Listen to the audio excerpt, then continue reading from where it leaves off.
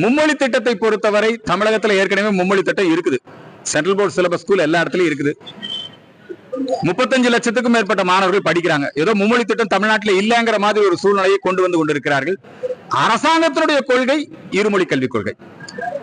அவங்க ஏற்கனவே தேசிய கல்விக் கொள்கைக்கு எதிர்ப்பு தெரிவிச்சிட்டு இருக்காங்க. இப்ப பிரச்சனை என்னன்னா, PM ஸ்ரீ ஸ்கூல் அதுக்கான நிதி எங்களுக்கு கிடைக்கல. PM ஸ்ரீ ஸ்கூல் என்பது ஒரு சிறப்பு திட்டம். அந்த திட்டத்தை செயல்படுத்தினாதான் நிதி கிடைக்கும். அதை செயல்படுத்துகிறோம்னு கையெழுத்து போட்டு நாங்க குழு அமைச்சிருக்கிறோம், அந்த பரிந்துரை ஏற்று செயல்படுவோம்னு நீங்க பல முறை பேச்சுவார்த்தை நடத்திருக்கீங்க. 2-3 முறை அந்த நிதியும் நீங்க வாங்கி இருக்கிறீங்க. ஆனா நீங்க அந்த ஸ்கீமை செயல்படுத்தல. அதனால மத்திய அரசு இந்த ஸ்கீமை செயல்படுத்தாத போது இதே மாதிரிதான் பஞ்சாப் இந்த ஸ்கீமை செயல்படுத்தல, நிதி வாங்கல, அவங்க நிதி கேட்கல. ஆனா இவங்க மட்டும் இதுல ஒரு அரசியலை பண்றாங்க. மாணவருடைய எதிர்காலத்தை பாழாக்கக்கூடிய வகையில பொய்யான தகவல், வெறுப்பு பிரச்சாரத்தை செய்து கொண்டிருக்கிறார்கள். 3 விதமாக அவர்கள் வெறுப்பு பிரச்சாரத்தை செய்கிறார்கள். தமிழகத்துக்கு நிதி ஒதுக்கல, பொய். அதே மாதிரி நம்முடைய இந்திய திணிக்கிறாங்க.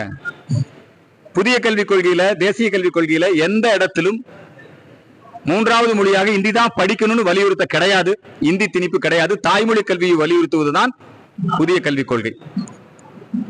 தமிழகத்துல நாங்க இருமொழி கல்விக் கொள்கை தான், நீங்க வச்சுக்கங்க, யார் வேண்டாம்னா. ஏற்கனவே நவோதயா ஸ்கூலை நீங்க அனுமதிக்கல, இப்ப PM ஸ்ரீ ஸ்கூலும் நீங்க அனுமதிக்கல.